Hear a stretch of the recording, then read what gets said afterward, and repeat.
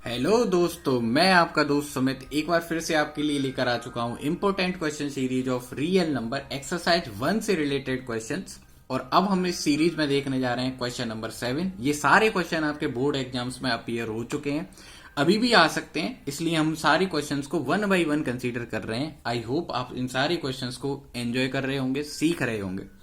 Question number 7 को consider करते हैं और इसमें बोला जा रहा है find the HCF and LCM of 90 and 114 by the method of prime factorization. आपको प्राइम फैक्टराइजेशन के मेथड की मदद से 90 का और 114 का एचसीएफ एंड एलसीएम दोनों फाइंड करने हैं। तो सबसे पहले हम 90 के फैक्टर करेंगे, 90 के प्राइम फैक्टर शुरू करते हैं। 90 के जो यूनिट डिजिट है उसको मैं देख पा रहा हूं वो एक 0 है, तो ये 2 की टेबल से डिवाइड हो जाएगा और ये 45 टाइम 2 से डिवाइड होगा। इसके बाद जो नंबर आया है वह 45 है, 45 3 की टेबल से डिवाइड हो जाएगा 15 टाइम्स, और आप 3 की टेबल से 15 को डिवाइड करेंगे फाइनली 1 टाइम, और ये प्राइम फैक्टर कंप्लीट हो गए। इसी तरीके से मैं 114 को डिवाइड करूंगा तो 144 को जब मैं डिवाइड करूंगा तो फिर ये जो नंबर है वो कुछ इस तरीके से आएगा। Since it is even number तो ये 2 से डिविजिबल होगा और आंसर आ जाएगा 72। इसके बाद मैं 2 से फिर से डिवाइड करूंगा तो 72 को जब मैं 2 से डिवाइड करूंगा ये आ जाएगा 36। माय डियर फ्रेंड्स, ये प्राइम फैक्टर्स बहुत इजी होने वाले हैं, आप सबको पता है। 2 से अब आप 36 को डिवाइड करेंगे 18 आ जाएगा, फिर 2 से आप 18 को डिवाइड करेंगे 9 आ जाएगा, फिर 9 को आप 3 से डिवाइड करेंगे और फाइनली 3 को 3 से ही डिवाइड करके कंप्लीट कर देंगे। इस तरीके से 144 के और 90 के आप प्राइम फैक्टर कर सकते हैं। इसके बाद आप इनके आंसर्स की राइटिंग करने के लिए इन प्राइम फैक्टर्स को अरेंज करेंगे। तो आप देखो 90 के फैक्टर्स में 2 1 टाइम आया हुआ है तो आप 2 टू द पावर 1 लिखेंगे। जो प्राइम नंबर 3 है वह 2 टाइम आया हुआ है तो आप इसे लिखेंगे 3 स्क्वायर, और 5 1 टाइम आया है तो 5 to the power 1। In similar way you can write 144 is equal to, आप चेक करेंगे 2 how many times it will come up 1 2 3 4, तो आप इसे लिखेंगे 2 टू द पावर 4, और 3 के लिए आप लिखेंगे 3 square because it come up twice.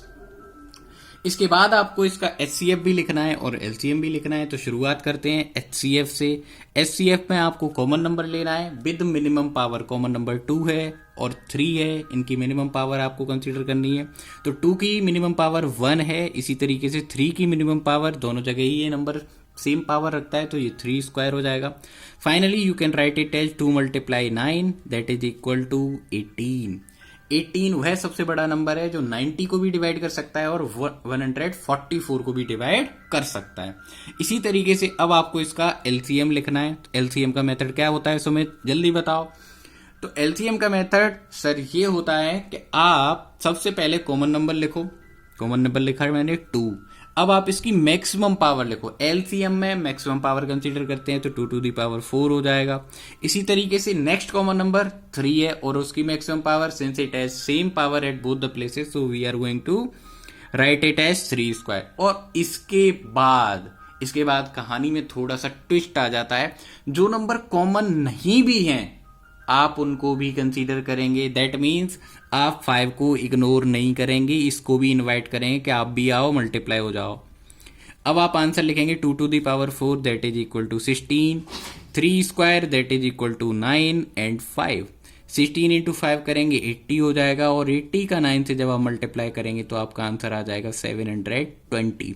इस तरीके से इस क्वेश्चन के आप एलसीएम और एचसीएफ दोनों को फाइंड कर सकते हैं प्राइम फैक्टराइजेशन मेथड की मदद से।